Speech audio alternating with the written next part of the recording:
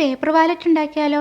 ഞാൻ എടുത്ത പേപ്പർ ചെറുതാണ്. നിങ്ങൾ എടുക്കുമ്പോൾ A4 സൈസ് പേപ്പർ എടുക്കുകയാണെങ്കിൽ ക്യാഷൊക്കെ സ്റ്റോർ ചെയ്യാനുള്ള സൈസ് കിട്ടും കേട്ടോ. ഇനി നമ്മൾ ഏത് പേപ്പർ എടുത്താലും അതിൻ്റെ സെൻറ്ററിലേക്ക് അതിൻ്റെ രണ്ട് സൈഡിൽ നിന്നും ഇതുപോലെ ഈക്വലാക്കി ഒന്ന് മടക്കി കൊടുക്കണം. ഇനി നമ്മൾ ടോപ്പിൽ ആ മടക്കിയ പോർഷനെ വീഡിയോ കാണുന്ന പോലെ വീണ്ടും ഇതുപോലെ മേലോട്ടൊന്ന് രണ്ടാക്കി മടക്കി കൊടുക്കുക. ഇനി നമ്മൾ ആ മടക്കിയ പേപ്പർ ഫുള്ളായിട്ടൊന്ന് തിരിച്ച് വെച്ച് അതിന് രണ്ട് സൈഡിൽ നിന്നും ഇതുപോലെ ചെറുതാക്കി ഒന്നകത്തേക്ക് മടക്കി കൊടുക്കണം കേട്ടോ. ഈ സ്കൂളിൽ പഠിക്കുന്ന കുട്ടികൾക്കൊക്കെ ക്യാഷ് കൊടുത്ത് വാലറ്റ് മേടിക്കുക അത്ര എളുപ്പമുള്ള കാര്യമല്ല. അപ്പോൾ പിന്നെ ഇതുപോലെ നമുക്ക് ഇഷ്ടമുള്ള ഡിസൈനിലും കളറിലും സൈസിലൊക്കെ ചെയ്തെടുക്കാൻ പറ്റുവാണെങ്കിൽ അതല്ല നല്ലത്.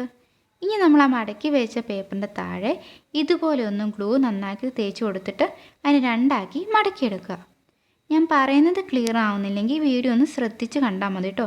എളുപ്പമുള്ള പ്രോസസ്സാണ്, നമുക്ക് പെട്ടെന്ന് ചെയ്തെടുക്കാൻ പറ്റും. ഇനി ഞാൻ ഒട്ടിച്ച പേപ്പർ ഇതുപോലെ രണ്ടാക്കി മടക്കിയ നമ്മുടെ കുട്ടി വാലറ്റ് റെഡിയായി. ഞാൻ പിന്നെ കുറച്ച് സ്റ്റൈലായിക്കോട്ടെ എന്ന് വിചാരിച്ച് ഒരു ഡോട്ടഡ് ലൈൻസ് 2 സ്റ്റിക്കറൊക്കെ ഒട്ടിച്ച് കൊടുത്തു കേട്ടോ. ഇനി ഇതിൻ്റെ അകത്ത് നമുക്ക് 2 റോയുണ്ട്, ഒരു കുഞ്ഞു റോയും പിന്നെ ഒരു വലിയ റോയും.